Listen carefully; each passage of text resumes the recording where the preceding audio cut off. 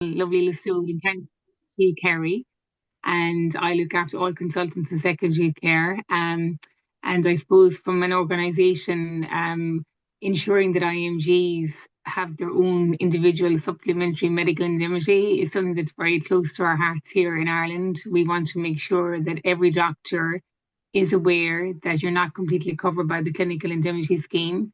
It starts off for as little as €20 a year as an intern, up to €519 if you're a registrar. And it's very important because things will go wrong, and unfortunately, sometimes that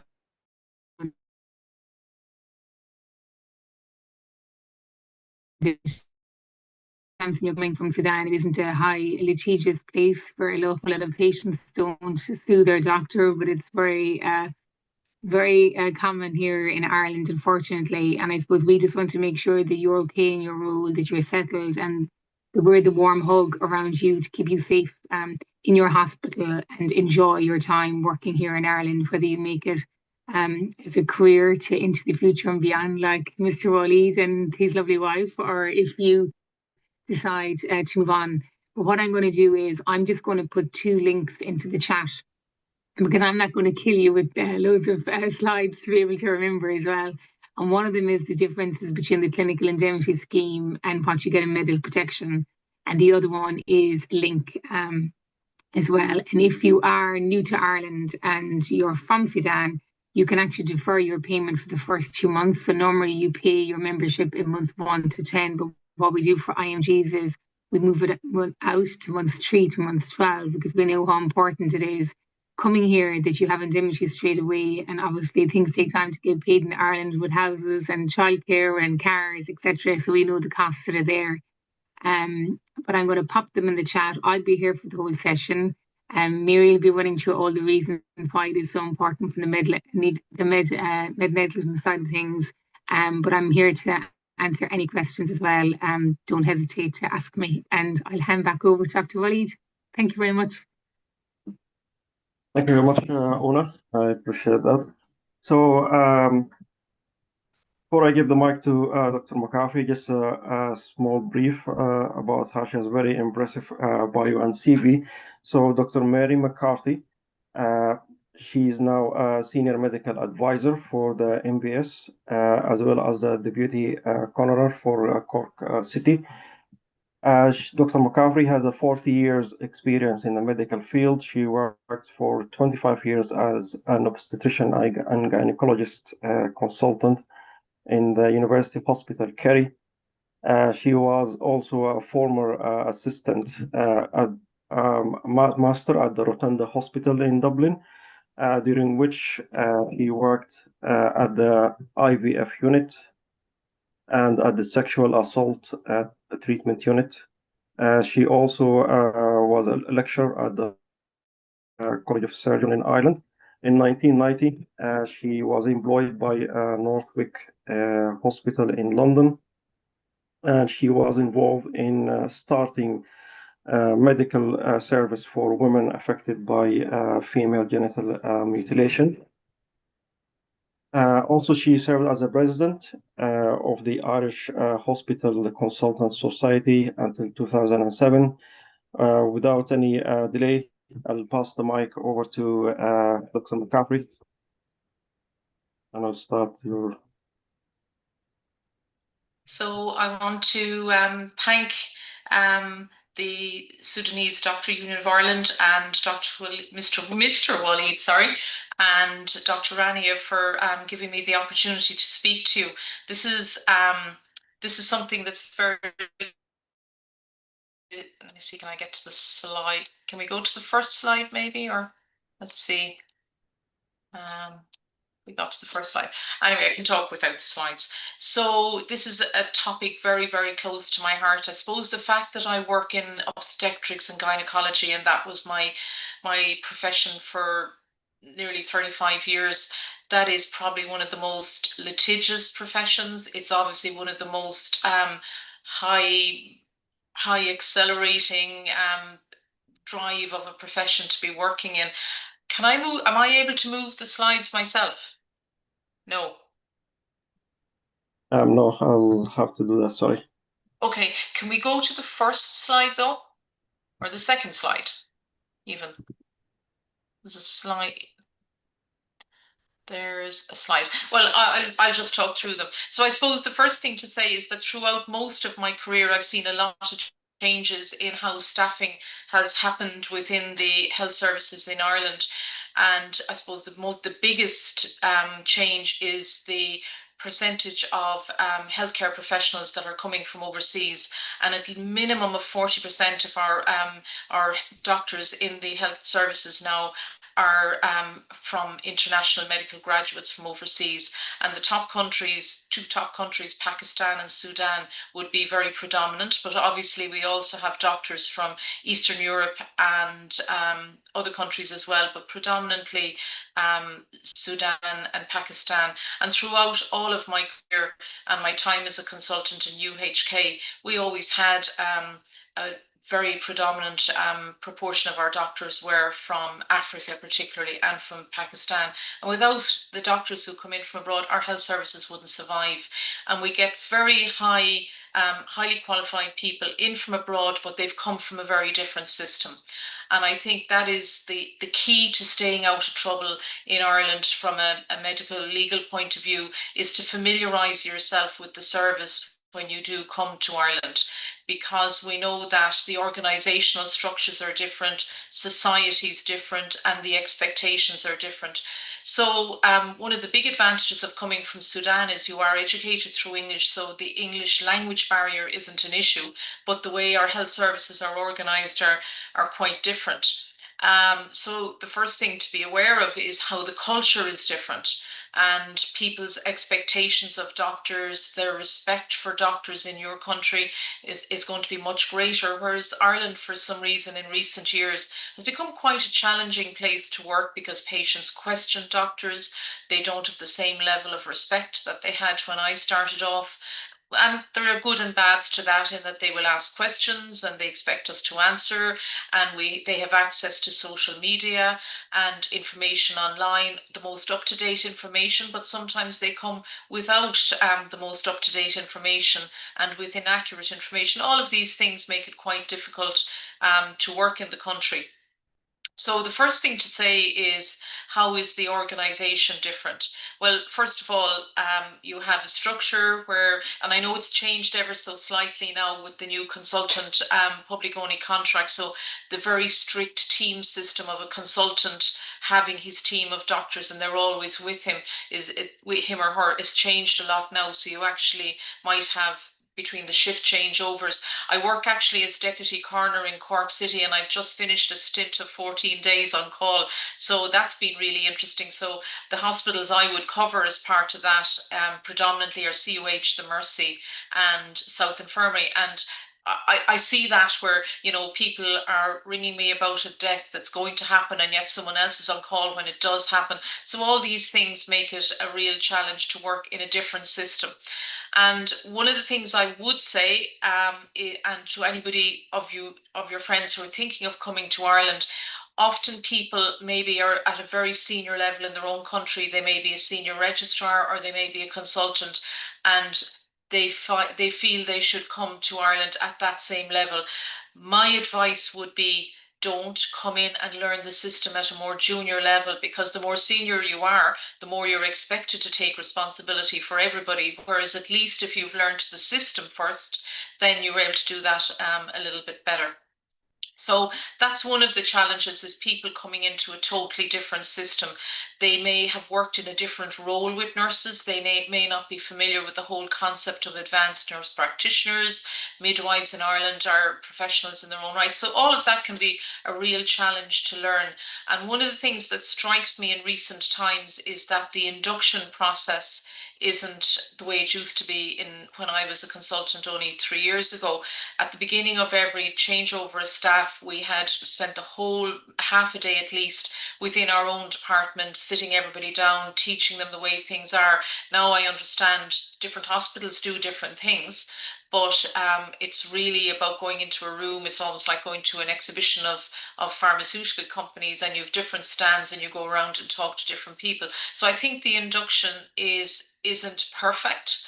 And in the UK, the NHS have specific induction criteria for their overseas international medical graduates, and they deal with that directly. And I think that's something the HSE really need to look at here, that to put in brand new international medical graduates in among a bunch of people who've worked in the system for years doesn't make sense, because the needs of an international medical graduate are very different.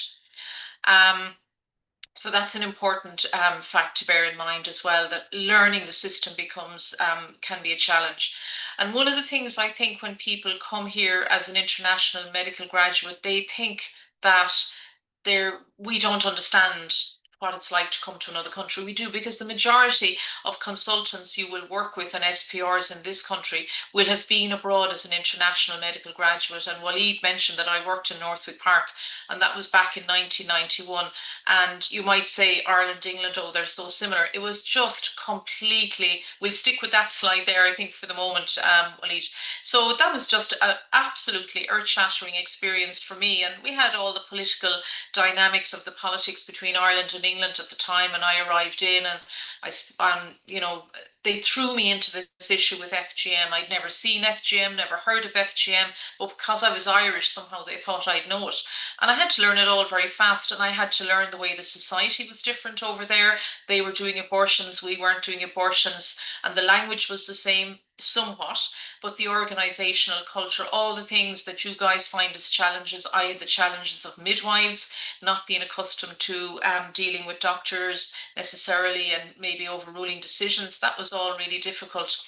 The other thing that strikes me, that I hear and I see on the ground as well, is, you know, that people come to Ireland from different countries, and they have come from a country maybe where you'd never challenge a consultant or never report a consultant, and where the consultant is God in the eyes of the people in their country. And that's not the way it is here now. But it can be really difficult for international medical graduates who've never been exposed to that challenging environment. And I suppose over the years, if I had to have the biggest regret of what I did or didn't do with the MPS over the years, I didn't use them enough for advice. And I'm thinking of situations where I had bullying on my team, management didn't row in and deal with it accordingly. Junior doctors were very stressed. My hands were tied behind my back and I didn't know what to do. If I had thought about it at the time, I should have got the MPS on board. I should have gone to them for advice. And I think that's one very important reason, if I was an international medical graduate in Ireland, that I would want to have that forum that you can, as a member, ring up MPS and say, I am encountering a difficulty, my consultant is doing XYZ. And that's a totally confidential conversation you will have with your indemnifier, and they will advise you how to deal with it, and maybe advise you, if your consultant was a good consultant, they would also seek advice on that as well. And sadly, over the years, in 1 year, I lost 3 really good SHOs because they just couldn't hack it with the way one person was treating them.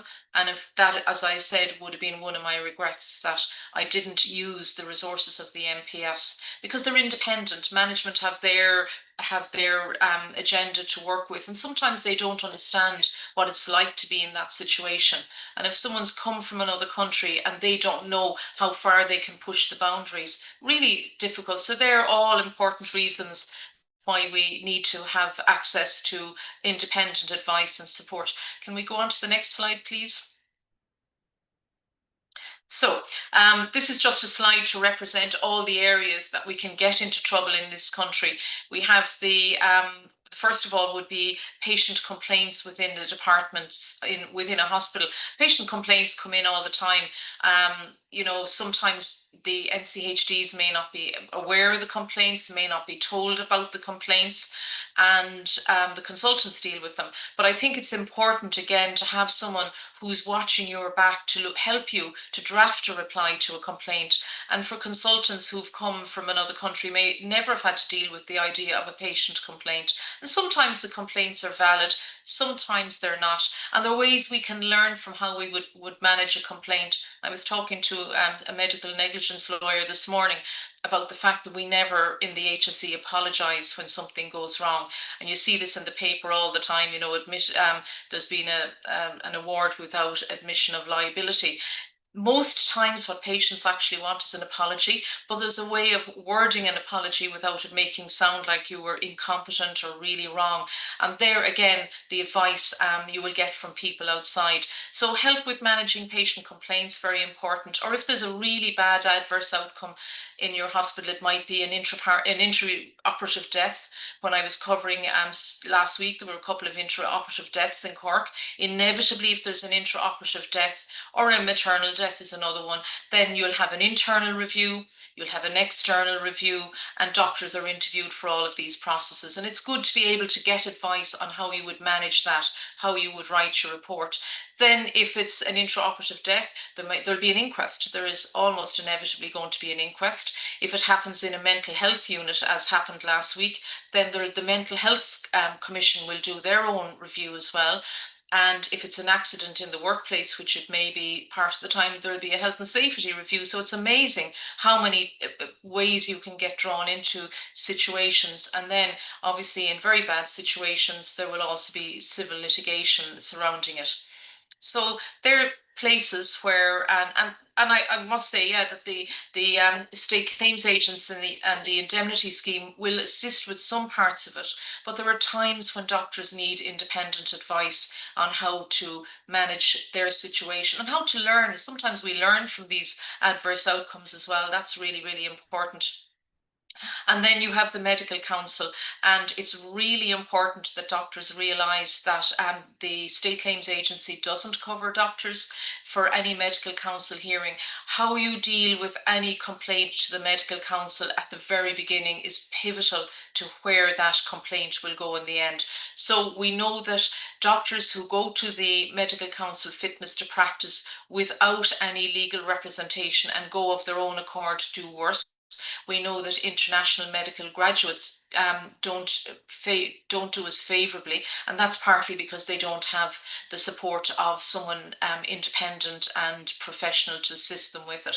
Because very often when a complaint is made to the medical council, the first step that happens is that there's a preliminary committee that looks at it to see does it go to fitness to practice, and a lot how that stage is handled, it can cut off at the chase whether something will go to fitness to practice. Obviously something very serious will always go to fitness to practice. Even if it does go to fitness to practice, how you redeem yourself by, engaging in re-education or whatever are all really important things that are taken into account.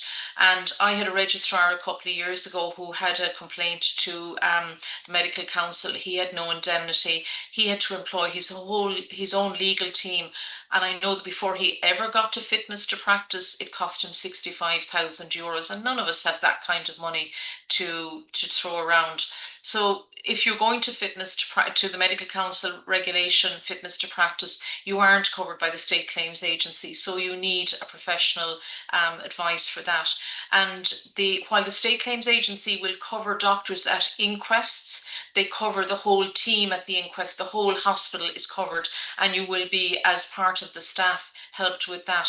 But I had a maternal death 2 years ago, and I used the MPS to assist me in drafting my statement. They helped me prepare. It was a really high profile case. I was really stressed and upset about it because it was really a terrible case. And they prepared me for what would happen in the witness box, how I would present myself in the witness box. And I'll just take this opportunity, in case I forget later, to say that the RCSI are running a webinar that I was involved in a couple of weeks. Una may know more about that, what date it is.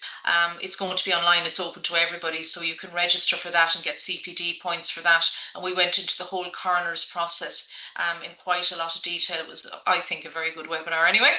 And then we have the civil litigation down the line. Now you're covered, the State Claims Agency covers the hospitals again for all of that, but sometimes you get very late notice about a case coming up, and it might be quite difficult to get assistance with doing your statement. For example, I got notification of a case recently that happened in 2013, and I only got asked for my statement about 6 weeks ago.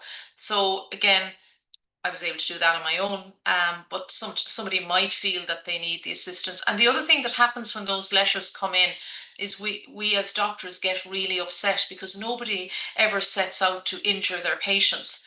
And we get really upset about the fact that it happened. And one of my ex-registrars rang me one night, absolutely distraught, to say that he never set out to do the damage that was claimed. And you look at the statement of claim when it comes in, and it always makes you sound like the most desperate doctor in the whole world. So they're, you know, things that you can get help with as well, and as well as dealing with the actual side of writing a statement. And the other part of what was really helpful when I was preparing for that case, and I hadn't realized how really upset I was and distraught I was over the case, that the MPS provide independent online counselling. It's independent. The MPS don't know who's gone for counselling. Nobody is to know. And it can be really useful to have someone to help you through the sort of emotional trauma that goes with that. So they're important things to know. And I think doctors as well may not realise that if you go to a medical council hearing or an inquest, you're actually named your name is published. So again, that's an extra stress that doctors don't need to be dealing with. So keeping ourselves out of trouble becomes important. The next slide, please.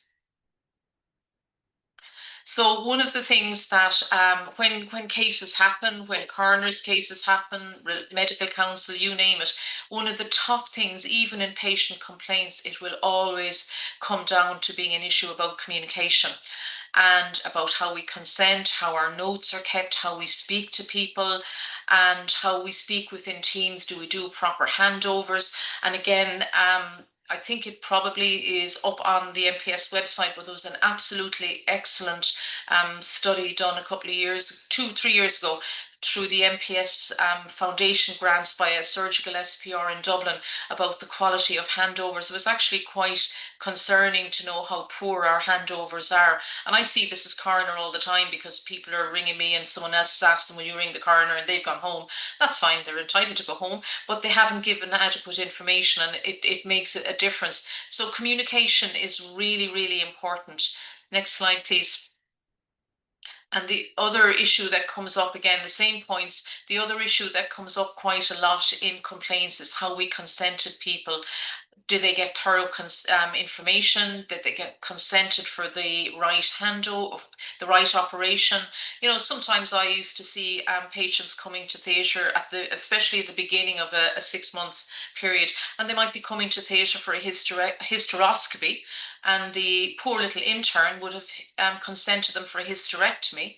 The patient was none the wiser, and you can imagine when you're doing your time out in theatre, the confusion that can cause. And you know, it looks bad as well when patients get their notes subsequently if they ever request their notes.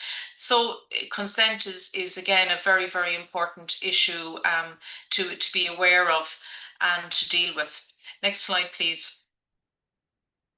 So going back to where we started talking about how to stay out of trouble.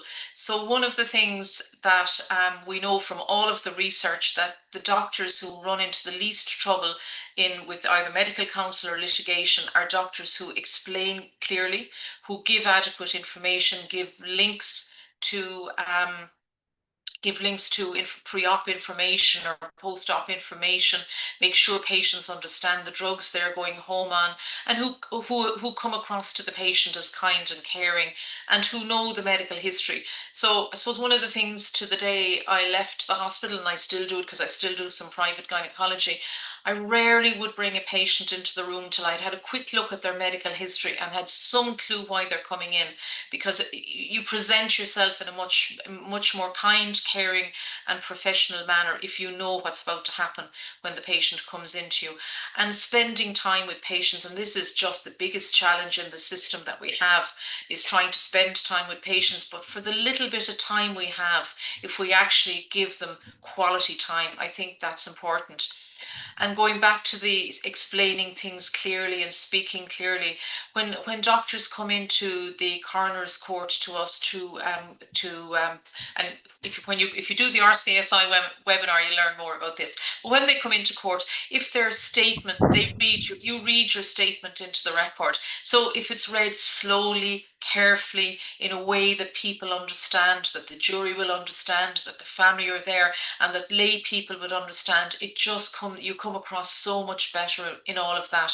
And the same at the bedside, that if you're trying to explain something to a patient, there is no loss of face in telling them that they've got a low blood pressure as opposed to hypertension, or they've got whatever, that you use language that people understand.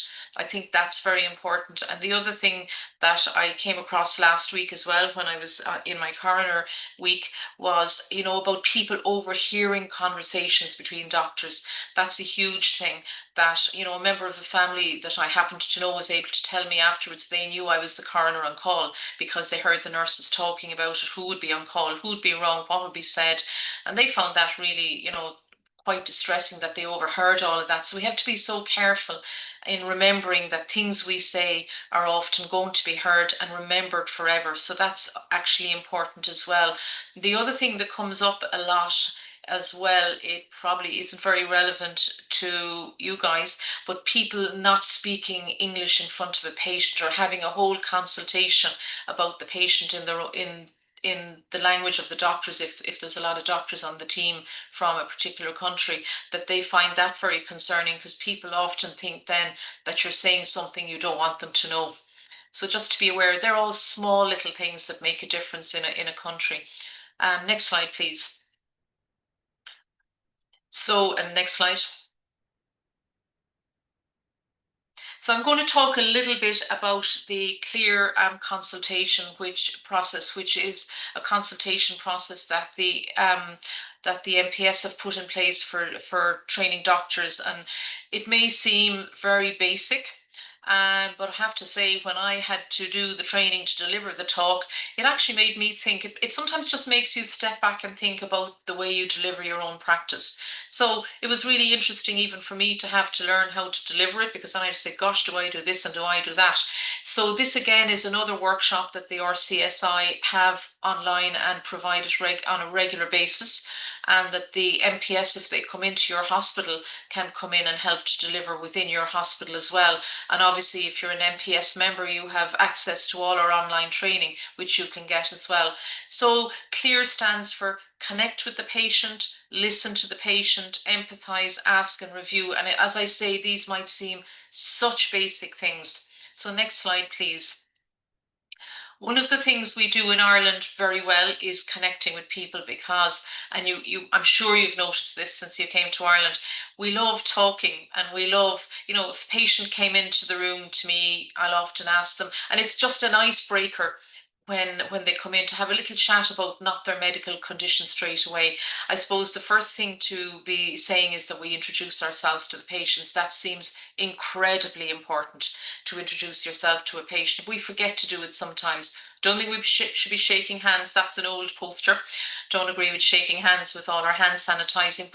And to decide how you're going to introduce yourself. I can introduce myself as Mary McCaffery without saying doctor, because they know me and they're my patients. But I think in a big hospital environment where everyone's wearing the same color scrubs and they don't know who's who, it is important, to say, my name's Dr. Mohammed and I am Mr. Murphy's registrar, and I'll be looking after you today. I'm doing your surgery today. I'm seeing you in clinic today. And that's very important. And even just sometimes I would take a couple of seconds to have a little conversation with them about something totally non-medical. Did they come on the bus? How are they finding the weather? So for example, in Kerry, we always talk about sport because we've always something sporty to talk about. Next week will be Listowel races in Kerry. So I'll probably ask a lot of my patients, are you going to the races? Have you been to the races? So they kind of settle into the room with you. And I have a therapy dog I bring to work with me as well. He's an accredited therapy dog. So just the dog in the room, even sometimes they say, oh, what's his name? Who is he? Where did you get him? Very important. So that's just that little connection with the patient. The other thing as well is if the consultation has run over and they're late, it's an opportunity to say, I'm really sorry I'm late. We had an emergency earlier or whatever. So it gives you that opportunity to have a chat with the patients and connect, and they see you as a professional, kind, caring person. Next slide, please. So the other thing that we talk about in the CLEAR consultation, and we do it in a lot more detail than we'll be able to do today in this short time, is what you need to do next after finding out all about your patient is to find out why they're there.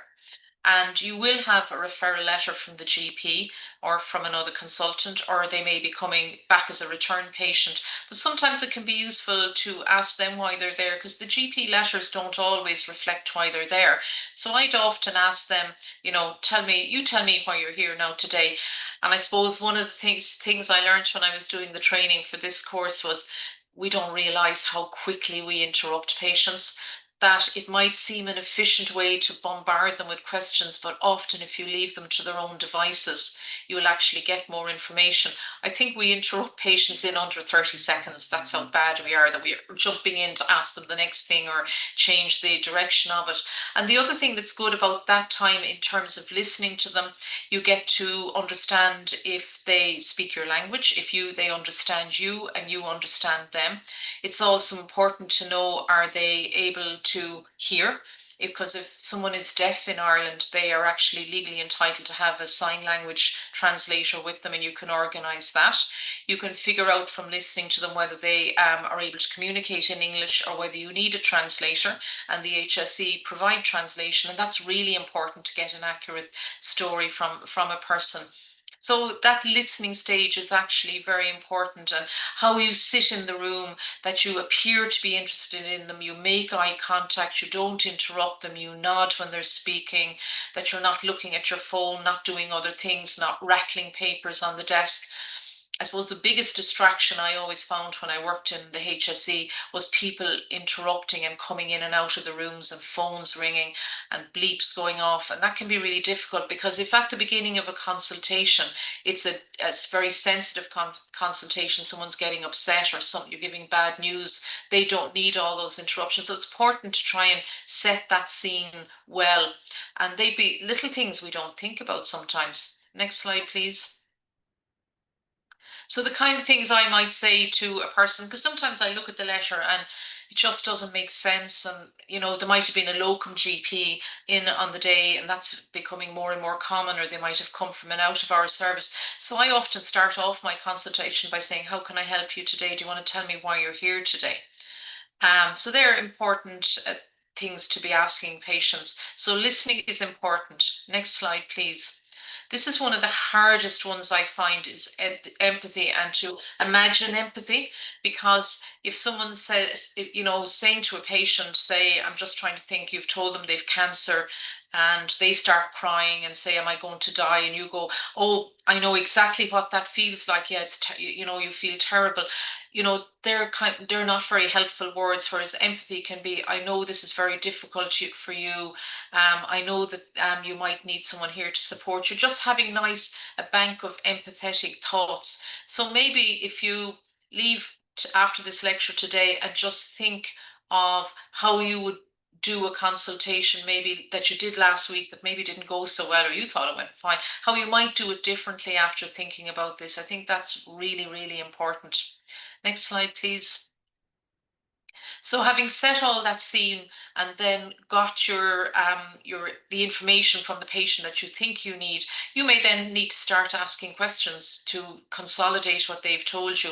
And again, asking the questions, asking specific clinical questions. Obviously, if someone has abdominal pain, you're going to have to try and figure out where the pain is, what kind of pain, is it cramping, stabbing, burning, whatever. And then asking questions as well, like what they're most worried about, because often, someone comes into the room and you think, yeah, this is appendicitis. It's very obviously going to be appendicitis. But I'd often ask them, what do they think is wrong? What are they worried about? They're probably worried about cancer. Nearly every single person I meet nowadays thinks they've cancer, or that they're going to die, or that it's something terrible. And I think they're very, very important, that you understand and ask them what they're worried about, so you can then explain it in a little bit more detail to them. Next slide, please. And just at the end of it, then you've asked the questions and you're just reviewing, you've maybe examined them and blood tests, and you just review that they understand what's gone on, what is wrong with them, what's going to happen next. For example, a friend of mine went for a surgical consultation a good few weeks ago, and she wouldn't actually, not a friend of mine, she's more an acquaintance, I don't really know her that well. And then through somebody, she asked, could she speak to me? and I really wasn't sure what I was getting into, and I just got land of my life. And I went out, she said, I want you to tell you that I'm going to be dying because I've got a really bad tumor and it's spread and whatever. And I thought, well, the last time I spoke to you, you said the consultant at the post-op told you were fine. And she said, oh, no, this is all over the place. It's really terrible. So it turned out that she has a neuroendocrine tumor, and her interpretation of everything, part of what happened was that she asked for a copy of her notes. And in the notes, she found a letter to the GP that said that, you know, she had a neuroendocrine tumor, that it was in 3 different places, that she was would be going for a PET scan. So she read those notes, and you see, people apply for their notes all the time now, and they're entitled to them, rightly entitled to them. So she was just completely couldn't believe that, and she started saying to me, and he lied to me. I can't believe he lied to me. And I said, he didn't lie to you. And I ended up explaining the neuroendocrine tumor to her, and I've organised for her to go back to her consultant so he can tell her face to face. But the whole thing got lost in the way the situation was handled. Now, she could have gone out and decided to kill herself. She could have just curled up in a corner and decided to die. She could have made a complaint to the medical council that he lied to her. So he didn't lie to her, and he's a really good consultant, and I know him very well. But it was just the whole way the consult, probably a really busy clinic, probably interruptions, and she wasn't listening, and she just got frozen into a situation. So I think that review and check in with people at the end to make sure that they understand everything is actually really, really important. And and if someone doesn't understand and they don't seem to have English as a first language, I think it's important that someone comes with them. And if I'm ever giving bad news to somebody, and I know it's not very nice to get a phone call to say, and Dr. McCaffery was wondering, will you be bringing someone with you? That's a kind of a key to most people. They know they're probably going to get bad news or complicated news, but it is important for them to have someone with them. So I think it's really important, and you save yourself trouble in the long run by setting up your consultations really well. And it's a very different approach to what we've learned over the years. And for you coming in as an international medical graduate from abroad is no different to the way things were when I was a junior doctor, a very junior doctor, because our style of management then was very paternalistic of patients, and we didn't have the open style that we now have nowadays. So it's just a new way of learning for everybody, but it's an important way of learning because it helps us to stay out of trouble. Next slide, please. So again, we've just more of what I'm saying, just to read that about, you know, what are they bothered about? And giving information is really important as well. And there are lots of resources, but it's really important they get good information and they get, you know, evidence-based information. And I suppose taking my own specialty into account, if you look at all the absolutely anti-doctor things that are out there at the moment about endometriosis in Ireland and how we're not managing people properly and we don't have qualified doctors to do things. This is all emanating out of people going on to forums and social media to get information. So we need to be ahead of that as doctors. We need to be giving that information. And you know, it might be a simple thing. When I worked in UHK, I used to have a nurse in my clinic who I did mainly fertility and reproductive medicine. So when I saw people and I had if I had a big clinic, they could go away with the nurse to have a further chat and a bit of a debrief and more information. And it's just to look at how you can set your team up to provide the best situation for you and for the patient. Next slide, please. So I just wanted to talk a little bit about what can cause difficult interactions, because this is why we're here, to figure out how we can stay out of trouble. And there are obviously four things at play in any consultation or any doctor-patient relationship we have. The first is us, the doctors, then we've the patients, then we have the condition they have and the system. Next slide, please. And a lot of our problems are arising out of the system, unfortunately, that is in the HSE at the moment. Everyone's under incredible time pressure.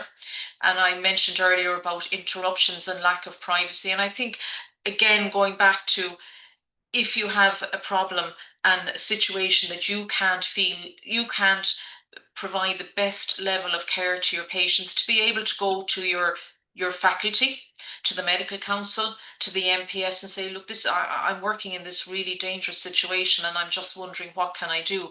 And, you know, I would like to think that most people could go to the clinical lead in their departments, but I appreciate that coming from other countries, sometimes that people don't feel quite confident at that yet.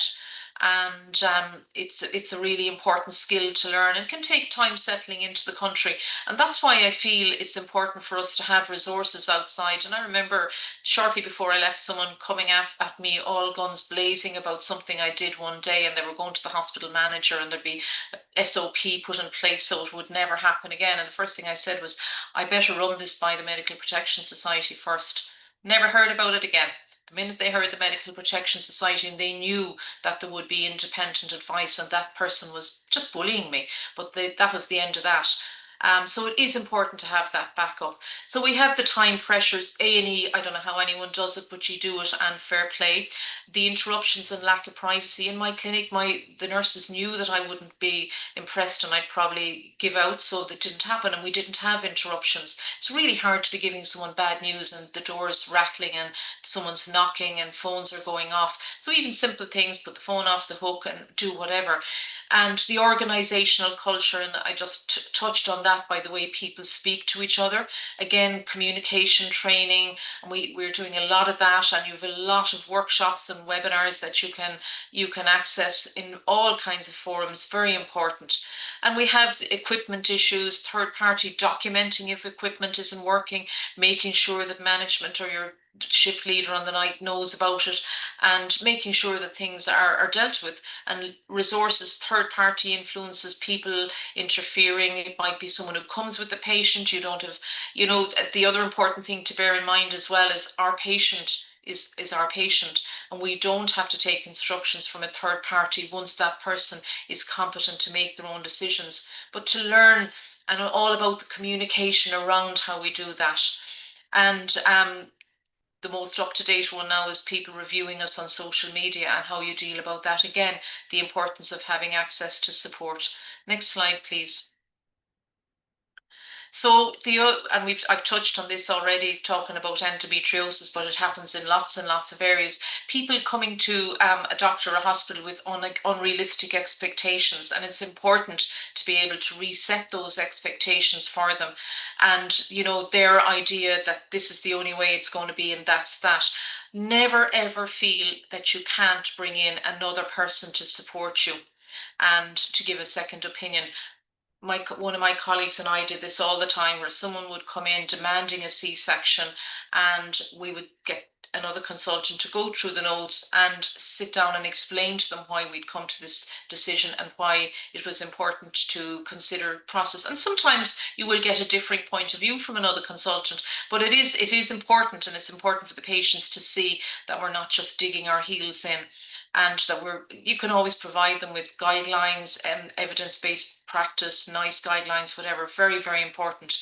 But patients are coming with very unrealistic expectations a lot of the time. Next slide, please. So out of all their expectations coming into a consultation, if something has gone wrong, or which is usually where the complaint, and I think if a complaint is starting, and I know open disclosure is very limited to a certain number of situations, I'm not going to talk about open disclosure today, but where something has gone wrong, it's often just easier to sit down with the patient and explain it there and then. Call it a debrief, call it what you will. So if something's gone wrong for a patient, or they perceive that it's gone wrong, sitting them down and explaining it thoroughly and writing it all down, explaining it to their GP, having a third party with you as a support for them, support for you, very, very important. And if something has gone wrong, just an acknowledgement that it has gone wrong and an apology. It might be a complication of, it could be a wound infection. Let's say it's a wound infection. These things happen. And it doesn't have to be an apology in the sense of, oh, I am so sorry you got a wound infection. I gave you a wound infection. It's an apology that I'm sorry that this happened, and that, you know, it can happen, and you've statistics and everything to back it up. But they're important things for patients to see. And often what they want as well as that is they'll often say, I want to make sure it doesn't happen to another person. And when we have coroner's inquests and something happens, very often that is something that will come out in statements from the families, that they want to know that they're hoping this will never happen to another person. So that's important. And obviously financial aspects come into it as well, because they've accrued expenses and compensation, and that's, you know, but that's the important thing, is that we're seen to not be defensive. And I heard a story recently where someone went to a clinic and they saw a very senior SPR, and they just asked at the end of the consultation, could they speak to their consultant? And the person just lost it with them and said, why do you not trust me? Do you not believe what I'm saying? Well, sure, that was probably only just going to get everyone's backs up. So the important thing was to say, of course, if the consultant isn't available today, we'll make an appointment for you to come back, because it might be that it's a really busy clinic. And it's no reflection on us as doctors that they don't want to tell us something. It could be something as simple. In gynecology, it often might be that they want to talk about something very sensitive, sexual or whatever, and they prefer to have that consultation with their consultant. So, you know, at the end of the day, that person's name is on the front of their charts, and it's important that we respect them by figuring out how we can achieve that for them. Next slide, please. So this is something that comes up a lot for us in the coroner's court, is cultural issues. And I put this slide up for two reasons, because a lot of us come from a culture where we have expectations out of the health service that are going to be different to what the health service delivers. For example, I'll take my experience with FGM when I went to England. I knew very little about FGM, but at the time a law had come into England that you could not resuture someone after defibrillating them for FGM. And a lot of the Sudanese doctors and Somalian doctors found that really difficult to cope with, that they couldn't do what their culture wanted them to do, but they had to do it because of the law. And I think we have to sometimes put our culture behind us, and we have to put our culture behind us and do what's best practice in that country. I didn't do terminations. I don't do terminations. I didn't do terminations in the UK. So when I met people in my clinic who needed to have a termination or a consultation about termination, I got them another doctor to do that. And that was the right thing for me and correct thing for me to do at the time. So we do have to put our culture behind us. And I had this, the doctor had a really acrimonious situation really with a family recently who didn't want a post-mortem because it wasn't what happens in their culture. So it got into a bit of an argy-bargy. This is the law in Ireland, blah, blah, blah. And I said, no, go back and take a different approach. You just have to explain to them, yes, it's the law in Ireland, but give them all the benefits of it. Get pastoral care.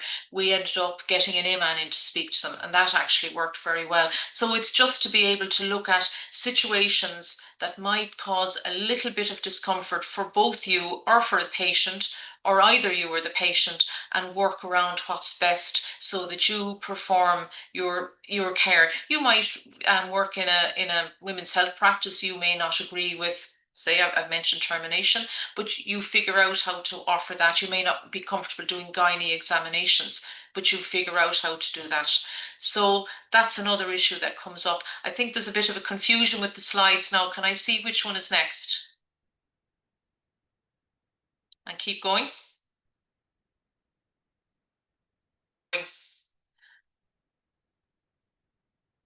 There's one slide there. Yeah, I'd say maybe it's down here somewhere. I really want this one to go up. Skip that one. It's not really very important. We've done that. This one. This is really, no, go back. This is really important. This is my next most important bit of my presentation. This is all about us as doctors, and how, again, this is one factor as doctors that can make turn a situation sour on us in the middle of a shift. Halt it. Are we hungry? Are we angry because we've come out of a row with another patient? Or are we after having a row at home? Or are we after having a row with a colleague? Being late, you might be late because you were in theatre. You might be exhausted. You might have low energy, or you might be distracted, for all of a number of reasons. And it's important to acknowledge when these happen to us and figure out why they're happening to us. We should be getting our breaks. if we're entitled to breaks. We should have time out if we've had a difficult interaction with somebody else before we go into the next patient. Being late is all you can do for a patient is apologize and explain why you were late. Hopefully we'll not be explaining why we're tired, because we don't want them to think we're tired, but they usually figure out when we're tired. But it's really important that if the systems in our department are creating this, we need to practice within medical council guidelines. So we need to practice safe medicine, safe patient care. So if in some way the system we're working in is creating any of this for us, that needs to be addressed and reflected on. And again, that's where having your supplementary indemnity, your independent advice becomes very, very important, because we can't be letting people get exhausted. There's so much research out there now about doctors who are burnt out and exhausted. Next slide, please. This was recent research that was published recently. 1/3 of doctors are so tired they don't feel that they can treat their patients effectively. We know that there is burnout in the both in the HSE and the NHS, and we need resources within ourselves, and we need to be able to manage them and reflect upon them. If there was only one thing ever changed before I finally retire out of medicine, I'd love to see a situation where doctors had their own kind of access to regular debriefing, so that they get to reflect on, if I was just the most exhausted, hungry, angry doctor, that I would have a session a couple of times a year with a therapist, and I would know how to manage that, and I would have the resilience within me to manage that. That would be the most important thing that could ever happen for us. Burnout is very high as well. The other thing I would say, I don't know if anyone saw a case that was up before the Medical Council earlier this year, I think it was this year or late last year, a doctor who'd come from an international doctor who'd come in from abroad and was up for self-prescribing. But he came from a country, a real war zone of a country. And I remember reading that case and thinking, who put that poor doctor into one of the busiest A&Es in the country? Because they probably had they could have had PTSD coming from the country. I suspect they did. But, they were in the situation where they were exhausted, meeting KPIs, doing on a treadmill of seeing patients. They couldn't have been actually right. So I do think we need to look out for colleagues as well as ourselves. And if we see someone who is just a little bit just really exhausted or not functioning right, that we need to have the skills and the resilience to manage that, and where to go for advice. Where will you get independent advice? Because I've had people on my team from time to time I felt needed time out. They didn't feel they needed time out, but they didn't feel it because they were too embarrassed to say that they were exhausted and could do with a few days off. And if management then, if they don't, you need someone who says, no, this person needs a break, and we do need to look out for each other. Next slide, please. So this is where self-care comes into it all. And in all our jobs, all of us inevitably, unless we're doing dermatology or something, will get stressed and exhausted and have a high amount of patients to deal with. And stress is fine.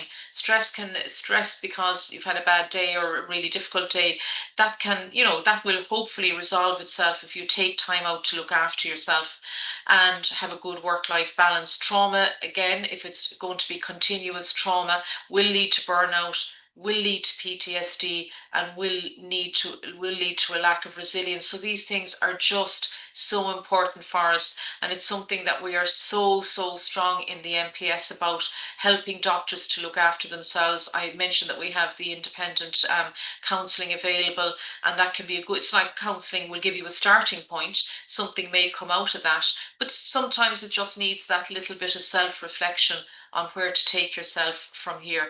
Next slide, please. So I'm just going to this slide. Yeah, we'll stick with our last MPS slide. I've been a member of the MPS since I qualified in 1986, and the reason why I've always been with the MPS, in the beginning we had no state claims agency, so that was, we took out our own indemnity, and then even when we moved to state claims agency, I was still doing a bit of private practice, but I always understood that you need someone else there besides management looking out for you, because there will be situations where there'll be different conflicts. And I've listed out all the reasons that one maternity maternal death I had a few years ago brought it all together for me. I had the advice from the MPS. I got access to a solicitor. I had the access if I wanted it to counselling. I chose to do my own separate counselling outside because it suited me better. So I had all of that. Had I had a really difficult situation and needed a legal team in court for me, they would have been there for me on that as well. And, you know, all of the educational resources I've mentioned now about burnout today, we have training on burnout that'll be going up online.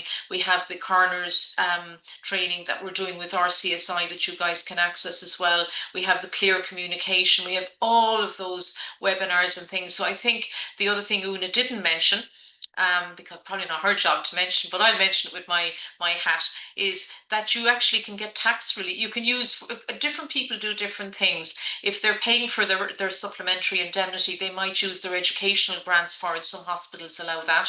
I know that happens in 1 or 2 hospitals, but you're entitled to tax relief as well. So your MPS can indemnity can go through as tax relief, just like your medical council fees, whatever. So in addition to all the things you will learn from MPS, I think everybody needs to read the Medical Council guidelines from cover to cover, probably once, and you need to do a reminder sometime on, because in there is all of the things I talked about, all the do's and don'ts that you never think about when you come to the country, chaperones, everything. For example, who thinks that they need a chaperone for doing a chest examination on a female? In theory you do. And I was doing basic life support training 2 days ago, and our trainer was saying how female people who collapse get worse CPR and have poorer outcomes, often because people are afraid to actually deal with the female anatomy in their efforts to give adequate CPR. So there are all kinds of things that we need to be able to be confident that we can protect ourselves from. So look, I want to thank SDUI for inviting us in. I want to thank Una for facilitating it. I hope it gave you food for thought. I wouldn't like you to think that we need to be protecting ourselves forever in this country. It's not as bad as it seems. It's tough sometimes, but there are resources there to help yourselves and to help for us to help you. Thank you. Thanks a lot, Mary. Very, very useful presentation, as I expected. I'm sure everyone, including myself, have learned a lot from it. Certainly, there will be some questions, so I'm not sure is there any question in the chat box. I dropped a few links in there as well. Mary was talking about the coroner presentation that we're doing in a few weeks. The link of it is in there to register. The link is in there from the MPS Foundation about improving clinical handovers after surgery. And I put the few links in there as well about if you want to get your own supplementary medical indemnity, they're all in there too, so you can access them. And it's worth keeping an eye on the RCSI site, because I think they're going to do, am I right, Una, they're going to do the clear communication training again? Yeah.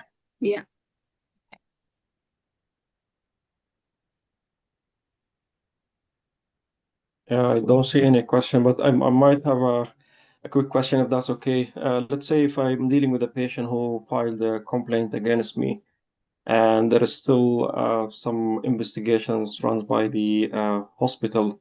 Would it be a good idea if I approach the patient and talk to the patient, or once it's under investigation, I just step aside and wait for the result of the investigation? What do you think, Mary? So Walid, let me get this clear now. The patient has made a complaint and they're still your patient and you see them back in outpatients. Is that the dilemma? Or you want to meet them to discuss the complaint, is it? Discuss the complaint. Okay. I suppose it depends on the nature of the complaint. Well, what I've learned, and I wish I'd learned years ago, is I would probably have run it by a medical legal advisor in the MPS before I did it. But I suppose I was at a senior enough level that I would meet them, but I would always bring someone else with me to the consultation. So most of ours were obviously, they were all obstetric. I always brought a senior midwife with me, particularly someone who, and it has to be a senior person that you know has really good communication skills, because the last thing you need in any of those consultations is for it to become a defensive altercation. that's the worst outcome of any of it, and to keep careful notes out of it. It depends, I suppose, on each complaint is different. It's so hard to judge because it might be something very simple that can be resolved. With time, and you're around a long time now, you can see where these complaints are going. Sometimes are they heading down the litigation road, and are you going to make a bad situation worse, or whatever? I suppose that's why I've learned now, and I wish I'd done it. I would have had way less sleepless nights if I'd used the MPS a bit better over the years, because they can parse through the letter of complaint for you and break it down. Okay. Thank you much for that. I think all the comments thanking you and Ona. There's a lot of hearts in the comments, which is good. It means everyone enjoyed your presentation. Oh, thank you. Somebody has their hand up there, Mr. Waleed. Mutazim Mohammed. You can unmute yourself and ask the question. Thank you. Thank you very much for this opportunity. Thank you, SDUI, and thank you, Mary, for this presentation. It was really very nice presentation. Question about remote consultation. Anything to be in mind related to this telemedicine now and remote consultations? Oh, remote consultations. Yeah, via phone or via Do you mind my asking? Do you mind my asking what specialty we're thinking about? I am consultant occupational medicine, and I do. What kind of medicine? Occupational medicine. Occupational medicine. Oh yeah, that's crept in quite a lot. I actually find, because I had my OccuHealth consultation on a telephone, I thought it was the most absolutely waste of time consultation I ever had in my life. I suppose it depends on the consultations, and we did a lot of telephone consultations during COVID. I think you need to judge the topic and the content of the consultation and what it's going to be about. And I learned a lot through the COVID experience, and I think it's nice if you know the patient already and know a little bit about it, and you can judge whether it's a sensitive topic or not. I'll just tell you about one that I had during COVID, and it was absolutely terrible. What started out looking like a straightforward infertility consultation. And I think I'm a reasonably good communicator. So I went through all their, and one of the things I suppose we miss in a telephone consult is you can't read the body language. I think body language is so important in a consultation because you can see who's getting upset. So anyway, this was infertility to get the results. So there was a return consultation, and I went through the results with them, and he had an abnormal sperm count, and the consultation just went dead. Absolutely dead, and they were completely devastated. Just the deadness of the phone call said it all. And I just felt so sorry for them, and I thought they are miles away now and they are devastated and I can't deal with it. And I just said to them, look, get straight into the car and come in. They were in 20 minutes, and it just turned it around. So what I learned from that is that you have to really learn to decide which consultations you will do like that. Very difficult to decide. And I should have told, I normally, Eunice, sick of hearing this story. A friend of mine went to A&E about a year and a half ago. She went to A&E with abdominal pain. She saw a doctor, and she's a nurse by background. I forgot, and I don't think he knew that. So they did their examination, and they did some blood tests, didn't tell her what they were doing, and they booked an ultrasound, and she heard no more for weeks on end. And then one night, out of the blue, she was in the supermarket doing her shopping, and at 7 o'clock at night she got a phone call from a number she didn't recognize, and it was the hospital. And she had her 15-year-old daughter with her, and the consultation went as follows. He gave his name. In fairness, he did give his name. He told her that she needed to come in immediately tomorrow because one of her blood tests was abnormal and the consultant needed to see her. So she took a deep breath and went away. She said, which blood test was it? And he said, it was called a CA125. So she, being a nurse, she just knew straight away. She just said, oh my God, I have ovarian cancer. And she just burst into tears in the supermarket, in front of her daughter, in front of everybody, and had to leave without her shopping. And the whole thing became a big drama. And she rang me when she got home. And I knew from her symptoms that she couldn't possibly have was unlikely to have ovarian cancer. She'd gone in with heavy, painful periods. So the chances were she'd fibroids or endometriosis, and CA125 could be raised with that. Given the following morning, to the consultant, and the consultation didn't improve from there. She still left thinking she was dying. And so, thinking she was dying and cancer, I told her to get a referral on to a gynae-oncologist because she private health insurance, and she did. And she had fibroids. But the hell she was put through from that consultation was just terrible. And it could have been so managed so better. And I always start them off by saying, you know, can you make sure you have the right person and who they are, where are they, can they talk? Imagine if she'd been in the car, she could have crashed. And I thought, and I spoke to the registrar afterwards, actually, because he was an ex-colleague of mine, and he still didn't see what he'd done wrong. He just couldn't see where it had gone so badly wrong. But she never sued, and she never made a complaint, because as she said to me, as a member of the profession, I understand the pressure that these people are under, because a consultant had told him, ring the person. He did what he was told. See where I go back to the hierarchy thing again? He got an order, he followed it through. And he probably now in retrospect realizes, having thought about it, mightn't have been a great idea. But maybe it should have been handled slightly differently. I would bring those kind of people in. So look, it's about judging telemedicine. It's difficult. Just on that, I found an article there from a webpage on teleconsultations. So I've actually put that into the chat there as well. So hopefully that would help. And there was another question asked there. In the death of a patient after an internal external review has been done, what would you expect next, and when should you involve MPS? I have said, Mary, before the review and as early as possible. Yeah, and I never did, and I regretted it, and I went into a horrendous external review a couple of years ago. Now, I did bring a medical colleague with me, but I should have had MPS on board first. Great, thank you very much. Is there any further questions? In the chat, there is no more questions. Anyone want to ask a question? I suppose if you are a member of medical protection, I suppose that's where you're paying your indemnity, is to ask those questions. I had a consultant who rang me there during the week, and she was very stressed about a list being cancelled that had nothing to do with her. And she got to talk to one of the medical legal advisors, and they came up with a plan between them. So I suppose that's what I would always say, is pick up the phone. That's what we're there for. And never make a decision on your own. That we're here to help. And genuinely, I mean that as an organisation, we're very much member focused, because you can't do your job to look after the patient unless you've got somebody looking after you. So I feel that's the most important message you would hear today. And I suppose as an organisation, Una, it's fair to say that as an organisation, the more of that information we get, the more ammunition we have then to go and say to the HSE or go into wherever, go take it higher up our line, that they can see patterns of practice in maybe one hospital or more than one hospital, and we can take it to a much higher level and say, look, there's clearly a concern in this place. Mm-hmm. Thank you very much. And actually, I like these two pictures. That's Kerry now, Walid. That is, have you been to Glen Tenasseag? No, not yet. No. Do you do hiking or anything? That's Glen Tenasseag is amazing.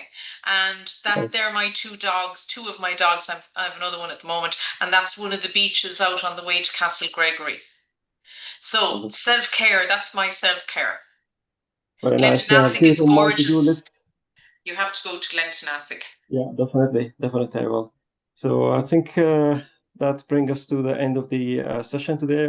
Thanks a lot, Dr. Mary McCaffery, for such a nice presentation.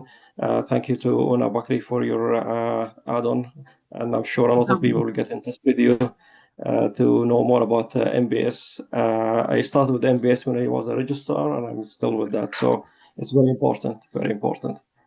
So thank you everyone for attending this session. Let you enjoy the rest of the weekend. Thank you. Thanks everyone. Everybody have a lovely weekend. Bye. Thank you. Bye-bye. Thank you.